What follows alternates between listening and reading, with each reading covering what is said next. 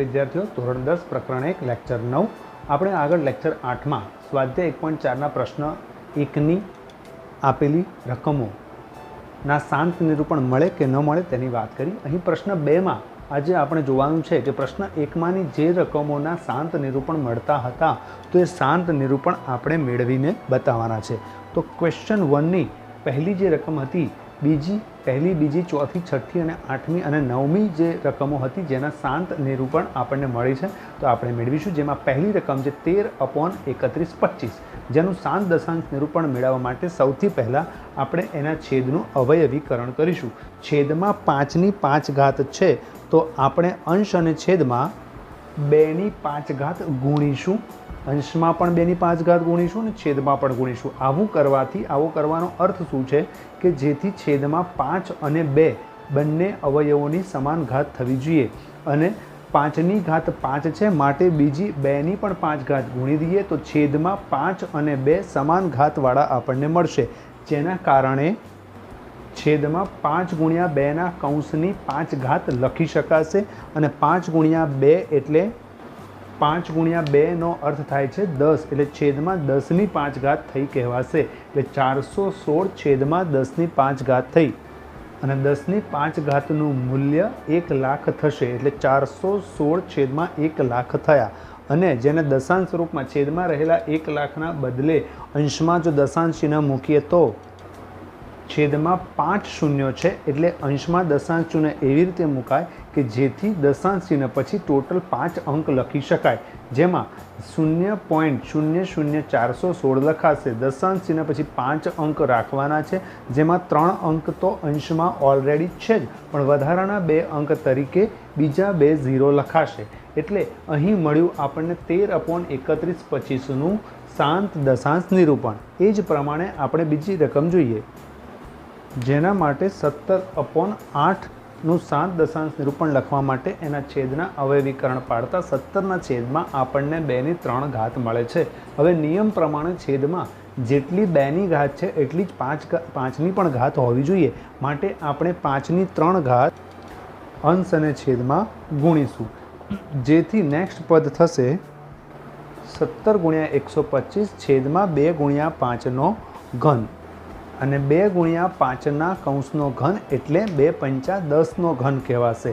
10નો ઘન એટલે 1000 કહેવાય અને 1000 છેદમાં છે, છેદમાં 1000 નથી લખવા તો અંશમાં એ 1000ના 3 અંક માટે થઈ 3 શૂન્યો માટે થઈ અંશની રકમમાં 3 અંક દશાંશ ચિહ્ન પછી 3 અંક રહે એવી રીતે દશાંશ ચિહ્ન મૂકવું પડશે, જેથી લખાશે 2.125। તો આ થયું 17/8નું શાંત દશાંશ નિરૂપણ। આ રીતે નેક્સ્ટ રકમ લઈએ તો 15/1600 એનું શાંત દશાંશ નિરૂપણ મેળવવા માટે અંશ અને છેદના અવયવ પાડીએ તો 15ના અવયવ પડશે 3 ગુણ્યા 5, જ્યારે છેદમાં અવયવ પડશે 2ની 6 ઘાત ગુણ્યા 5નો વર્ગ। પણ અહીં 5નો વર્ગ થોડું સમજવામાં સરળ પડે માટે મેં 5ના વર્ગને 5 ગુણ્યા 5 સ્વરૂપમાં લખ્યા છે। અહીં અંશ અને છેદનો કોમન અવયવ 5 આપણે દૂર કરીશું, જેથી પદ મળશે 3ના છેદમાં 2ની 6 ઘાત ગુણ્યા 5। હવે અંશ અને છેદમાં પર્ટિક્યુલર છેદમાં આપણે વાત કરીએ તો છેદમાં 2ની 6 ઘાત છે જે મોટી ઘાત છે તો એટલી જ ઘાત 5ની પણ હોવી જોઈએ અને માટે 2 અને 5ની ઘાતો સરખી કરવા માટે હજુ 5ની બીજી 5 ઘાત ગુણવી પડશે, માટે અંશ અને છેદમાં 5ની 5 ઘાત ગુણીશું। 5ની 5 ઘાત અંશ અને છેદમાં ગુણવાથી આ પ્રમાણે પદ બનશે, જેમાં અંશમાં 5ની 5 ઘાતનું મૂલ્ય 31/25 થશે, જ્યારે છેદમાં 5ની 1 અને 5ની 5 એમ બંને ઘાતોનો સરવાળો થઈ અને 5ની 6 ઘાત થશે અને આગળ જતાં મૂલ્ય મળશે અંશમાં 3 ગુણ્યા 31/25નું મૂલ્ય થશે 9375 અને છેદમાં 2ની 6 5ની 6 એટલે કુલ થશે 2 ગુણ્યા 5ની 6 ઘાત। 2 ગુણ્યા 5ની 6 ઘાત એટલે કે 2 ગુણ્યા 5 10 થાય એટલે 10ની 6 ઘાત થશે અને 10ની 6 ઘાતનું મૂલ્ય એટલે 1ની પાછળ 6 શૂન્ય, છેદમાં 1ની પાછળ 6 શૂન્ય એટલે 10 લાખ કહેવાય। જે ન લખવું હોય તો અંશમાં એવી રીતે દશાંશ ચિહ્ન મૂકવું પડે કે જેથી દશાંશ ચિહ્ન પછી કુલ 6 અંક આવે, જેમાંથી અંશમાં 4 અંક 9375 છે અને 6 અંક દશાંશ ચિહ્ન પછી રાખવા માટે વધુ 2 શૂન્ય મૂકી અને જવાબ લખતા જવાબ લખાશે 0.009375. નેક્સ્ટ પ્રશ્ન લઈએ. તો નેક્સ્ટ પ્રશ્ન છે 23/2 ગુણ્યા 5/2 છેદમાં છે. તો અહીં છેદમાં 2 અને 5ની સમાન ઘાતો હોવી જોઈએ. 2ની ઘાત 3 છે, જ્યારે 5ની 1 ઘાત ઓછી છે. 5ની ટોટલ 2 જ ઘાત છે, જ્યારે 2ની 3 ઘાત છે. એટલે 5ની પણ 3 ઘાત કરવી હોય, છેદમાં 2 અને 5ની સમાન ઘાત કરવાની છે. એટલે 5ની પણ 3 ઘાત કરવી હોય તો અંશ અને છેદમાં 1 5ની 1 ઘાતવાળું પદ ગુણવું પડશે. માટે અંશ અને છેદમાં 5ની 1 ઘાત આપણે ગુણીશું, જેનાથી આગળ પદ મળશે અંશમાં 23 અને 5નો ગુણાકાર થશે 115, જ્યારે છેદમાં 2ની 3 ઘાત તથા 5ની 2 અને 5ની 1 એમ કુલ મળીને 5ની 3 ઘાત થશે. છેદમાં 2 ગુણ્યા 5ના કૌંસની 3 ઘાત થશે. 2 ગુણ્યા 5 એટલે 10ની 3 ઘાત થશે. 10ની 3 ઘાતનું મૂલ્ય 1000 થાય. હવે છેદમાં 3 શૂન્યવાળો 1 છે, તો આ 1000 ન લખવા હોય તો અંશમાં દશાંશ ચિહ્ન મૂકવું પડે કે જેથી દશાંશ ચિહ્નની પાછળ 3 અંક રહે. તો એવું કરતાં અંશમાં પહેલેથી જ 3 અંક 115ના હોવાથી આપણે દશાંશ ચિહ્ન પછી 115ના એ 3 અંક જ લખીશું. તો આમ આપણને શાંત દશાંશ નિરૂપણ મળી ગયું. નેક્સ્ટ પ્રશ્ન લઈશું 6/15નું શાંત દશાંશ નિરૂપણ.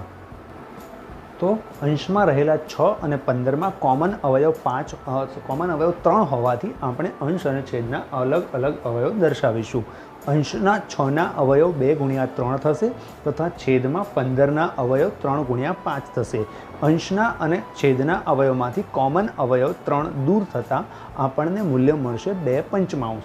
અહીં છેદનો અવયવ જે 5 છે, તો આપણે છેદમાં 5ની 1 ઘાત છે, તો એટલી જ 2ની પણ ઘાત હોવી જોઈએ, જેથી છેદમાં 5ની 1 ઘાત છે એટલે અંશ અને છેદમાં 2ની પણ 1 ઘાત આપણે ગુણીશું, જેથી 5 અને 2ની છેદમાં સમાન ઘાત મળે. આ અંશ અને છેદમાં 2 ગુણવાના પરિણામ સ્વરૂપ આપણને મળશે 4/10, જેથી છેદમાં 1 શૂન્યવાળો 1 હોવાથી 10 હોવાથી આપણે અંશમાં દશાંશ ચિહ્ન એવી રીતે મૂકવું પડે કે જેથી એના પછી 1 અંક લખાય અને એમ કરતાં મૂલ્ય મળશે 0.4 અને જે 6/15નું શાંત દશાંશ નિરૂપણ છે. નેક્સ્ટ પ્રશ્ન 35/50નું શાંત દશાંશ નિરૂપણ. અંશ અને છેદના અવયવ પાડતા અંશ અને છેદમાં કોમન અવયવ 35ના અવયવ 5 ગુણ્યા 7 અને છેદમાં 50ના અવયવ 2 ગુણ્યા 5 ગુણ્યા 5, જ્યાં કોમન અવયવ 5ને દૂર કરતા પદ મળશે 7/2 ગુણ્યા 5. અહીં છેદમાં 2ની પણ 1 ઘાત છે, 5ની પણ 1 ઘાત છે, એટલે પહેલેથી જ 2 અને 5ની સમાન ઘાતો હાજર છે. તો આપણે અહીં અંશ અને છેદમાં કોઈ પણ નવી સંખ્યા ગુણવાની રહેતી નથી, જેથી મૂલ્ય બની જાય છે 7/10 અને છેદમાં 10 છે એટલે 1 અંક 1 શૂન્યવાળો અંક છે, માટે અંશમાં એવી રીતે દશાંશ ચિહ્ન મૂકવું પડે કે જેથી દશાંશ ચિહ્ન પછી 1 અંક આવે અને એવું કરતાં મૂલ્ય મળશે 0.7. તો આમ આપણે પ્રશ્ન 1ની જે કોઈ પણ રકમોના શાંત દશાંશ નિરૂપણ મળતા હતા એ અહીં મેળવ્યા છે. વિડીયો પોઝ કરી ફરી એકવાર શાંતિથી સમજી લેવું અથવા રિવાઇન્ડ કરીને સમજી લેવું. આગળ વધતા સ્વાધ્યાય 1.4નો પ્રશ્ન નંબર 3 જોઈશું, જેમાં આપણને પ્રશ્ન 3માં 3 સંખ્યાઓ આપી છે. 3 સંખ્યાઓ પૈકી જે કોઈ પણ સંખ્યા સમમેય હોય તો તેને P/Qના સ્વરૂપમાં દર્શાવવાનું છે. તો જેમાંથી પહેલી સંખ્યા આપણે લઈએ તો પહેલા પ્રશ્નમાં સંખ્યા છે 43.123456789. આ સંખ્યાને દશાંશ સ્વરૂપમાં આપેલી છે, જેને શાંત છે કે નહીં, સમમેય છે કે નહીં. તો આ સંખ્યા દશાંશ ચિહ્ન પછી કુલ 9 અંક પછી પૂર્ણ થાય છે, પછી સંખ્યા અનંત સુધી ચાલુ રહેતી નથી, માટે તે શાંત દશાંશ સ્વરૂપની હોવાથી સમમેય છે. તો આપેલી સંખ્યા શાંત દશાંશ અભિવ્યક્તિ છે, માટે સમમેય છે. હવે એનું P/Q સ્વરૂપ દર્શાવીએ. તો P/Qના સ્વરૂપમાં લખવા માટે દશાંશ ચિહ્ન પછી મૂળ સંખ્યામાં 9 અંક હોવાથી છેદમાં 10ની 9 ઘાત લખીશું. દશાંશ ચિહ્ન પછી 9 અંક હોવાથી સંખ્યાને બીજી આ રીતે પણ લખી શકાય છે કે સંખ્યાના છેદમાં 1ની પાછળ 9 શૂન્યો લખીને કુલ 100 કરોડ લખી શકાય છે. હવે આગળ પ્રશ્ન કર્યો છે, આ P/Q સ્વરૂપ થયું. P/Q સ્વરૂપમાં Qના અવયવો કેવા હોઈ શકે, અવિભાજ્ય અવયવો વિશે શું કહેશો, એવો પ્રશ્ન કર્યો છે. તો Qના અવિભાજ્ય અવયવ આ પ્રમાણે લખીશું. Q બરાબર કુલ 1ની પાછળ 9 મીંડા એટલે કે 10⁹ કહેવાય. 10⁹ એટલે 10ના અવયવ 2 × 5⁹ કહેવાય, એટલે 2⁹ ગુણ્યા 5⁹ થશે. બીજા ક્રમે સંખ્યા આપી છે 0.12 0 12 00 12 3 વખત 0 12 4 વખત 0 અને અનંત સુધી પાછળ 3 ટપકા આપ્યા છે. એનો અર્થ થાય છે કે દશાંશ ચિહ્ન પછી અનંત અંક સુધી આ સંખ્યા ચાલુ રહે છે. બરોબર, પણ અહીં સંખ્યા ચાલુ તો રહે છે પણ કોઈ એક સમાન ભાગ પુનરાવર્તિત થતો નથી. માટે આ સંખ્યા અનંત તો છે પણ આવૃત નથી. એટલે કે ધારો કે આ સંખ્યા અહીં લખેલા 3માંથી કોઈ એક સ્વરૂપની કદાચ હોત તો આપણે એને અનંત આવૃત સંખ્યા કહે. જેમ કે પહેલી 0.12 12 12 12 એટલે કે અનંત સુધી 12નું આવર્તન થયા કરે છે, પુનરાવર્તન થયા કરે છે, માટે એ અનંત આવૃત સંખ્યા કહેવાય. એ જ રીતે બીજી સંખ્યા છે 0.120 120 120 અનંત સુધી, તો એ સંખ્યામાં પણ 120નું આવર્તન થયા કરે છે, માટે એ અનંત આવૃત સંખ્યા કહેવાય. ત્યાર પછીની સંખ્યા છે 120 1200 120 1200, તેનું અનંત વખત આવર્તન થયા કરે છે, એટલે એ પણ અનંત આવૃત સંખ્યા કહેવાય. જેમને 0.12ની ઉપર આડો કરેલો લીટો જેને પણ વંચાય છે BAR 12 એટલે 0.12 12. એ જ રીતે 0.120 12 અને 0.120 1212 આ રીતે એ સંખ્યાને દર્શાવી શકાય છે. આને અનંત આવૃત સંખ્યા કહેવાય. પણ અહીં આપણને આપેલી સંખ્યામાં કોઈ એક ભાગ સમાન રીતે પુનરાવર્તિત થતો નથી, પરંતુ સંખ્યા અનંત સુધી જાય છે, માટે એ સંખ્યા અનંત અનાવૃત નિરૂપણ છે અને માટે આપેલ સંખ્યા અસમય છે. ત્યાર પછીની સંખ્યા છે 43.123456789 12. ઉપર લીટો કરેલો છે. દશાંશ ચિહ્ન પછીના અંકોની ઉપર એક આડો લીટો કર્યો છે જેને 12 વંચાય, એટલે કે આ સંખ્યામાં 1 2 3 4 5 6 7 8 9 અંકોનું વારંવાર પુનરાવર્તન થયા કરે છે અને સંખ્યા અનંત આવૃત છે. માટે આપણે કહીશું કે આપેલ સંખ્યા સમય છે. અને આવી સંખ્યાને, આવી અનંત આવૃત સંખ્યાને P/Qના સ્વરૂપમાં દર્શાવવી હોય અને એના છેદના Q વિશે વાત કરવી હોય તો કઈ રીતે દર્શાવીશું? તો સંખ્યાનું P/Q સ્વરૂપ લાવવા માટે સૌ પ્રથમ સંખ્યાને x બરાબર લખીશું. x બરાબર 43.123456789 ની ઉપર 12નું ચિહ્ન, પણ 1 2 3 4 5 6 7 8 9 પુનરાવર્તિત થાય છે, માટે નીચેના સ્વરૂપમાં પણ લખીશું કે x બરાબર 43.123456789 1 2 3 4 5 6 7 8 9.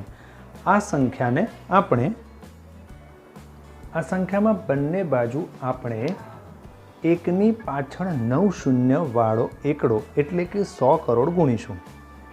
ડાબી બાજુ xમાં 100 કરોડ ગુણવાથી 100 કરોડ x લખાશે, જ્યારે જમણી બાજુ 100 કરોડ ગુણવાથી દશાંશ ચિહ્નનું 9 સ્થાન સ્થળાંતર થશે. જમણી દિશામાં દશાંશ ચિહ્નનું 9 સ્થાન સ્થળાંતર થશે, માટે નવી સંખ્યા મળશે 43.123456789.123456789 નું પુનરાવર્તન થતું હોવાથી એના પર 12નું ચિહ્ન કરીશું. આ મળી આપણને બીજી સંખ્યા. હવે મળેલી સંખ્યા નંબર 1 અને સંખ્યા નંબર 2, એમાં બેમાંથી પહેલા નંબરની સંખ્યા આપણે બાદ કરીશું. તો ડાબી બાજુમાં 100 કરોડ xમાંથી 1x બાદ થતાં વધશે, ફરીથી બોલું છું, ડાબી બાજુના 100 કરોડ xમાંથી 1x, સમીકરણ 1ના 1x બાદ થતાં ડાબી બાજુ વધશે 99 કરોડ 99 લાખ 99,999 x. અને જમણી બાજુ બીજા નંબરની જે સંખ્યા છે એની જમણી બાજુ 43.123456789.123456789 12માંથી પહેલા નંબરની સંખ્યા બાદ થવાથી બંને સંખ્યાઓનો દશાંશ ચિહ્ન પછીનો સમાન ભાગ બાદ થઈ જશે અને પછી બાદબાકી કરવાની રહેશે દશાંશ ચિહ્નની આગળના અંકોની. તો બીજી નંબરની સંખ્યાની જમણી બાજુમાં દશાંશ ચિહ્નની આગળની સંખ્યા 43 1 2 3 4 5 6 7 8 9 માંથી પહેલા નંબરની સંખ્યાની દશાંશ ચિહ્નની આગળની સંખ્યા 43 બાદ થશે, જેથી મૂલ્ય મળશે 43 1 2 3 4 5 6 7 4 6. તો આ આપણને 1 અને 2 થી મળતી બાદબાકીથી મળતી સંખ્યા છે. હવે ડાબી બાજુમાં એક્સની સાથે ગુણાયેલા 9 નવડાઓ જમણી બાજુ ભાગાકારમાં આવતા રહેશે. તો આ જે છે એ આપણને આપેલી સંખ્યા એક્સ બરાબર 43.123456789 અંશ અને છેદવાળું સ્વરૂપ છે, એટલે કે P/Q સ્વરૂપ છે. તો આમ આપેલી સંખ્યાનો P/Q સ્વરૂપનો જે છેદ છે 9 વખત નવડા, જેનો અવિભાજ્ય અવયવો 9 ગુણ્યા 9 વખત એકડા લખી શકાય છે, જેમાં 2 કે 5 અવયવ નથી, એટલે કે 2ની m 5ની m ઘાત સ્વરૂપે છેદના અવયવ નથી, માટે જ એનું આપણને P/Q સ્વરૂપ કેવું મળ્યું હતું? અનંત આવૃત મળ્યું હતું. જ્યારે પ્રશ્ન નંબર 1ની જે સંખ્યા છે જેમાં 12નું ચિહ્ન નથી, દશાંશ ચિહ્ન પછી 12નું ચિહ્ન નથી, તો એ સંખ્યામાં P/Q સ્વરૂપ જે આપણને મળ્યું હતું તેમાં છેદના અવયવો 2 અથવા 5ની ઘાત સ્વરૂપમાં મળ્યા છે. તો અહીં સ્વાધ્યાય 1 પ્રકરણ 1 પૂર્ણ થયું. એના તમામ પ્રશ્નો ફરી એકવાર જોઈ લેવા, તૈયાર કરી લેવા અને હવે પછી આને ટેસ્ટ પેપર બનાવી અને તમને સોલ્વ કરવા માટે આપીશું.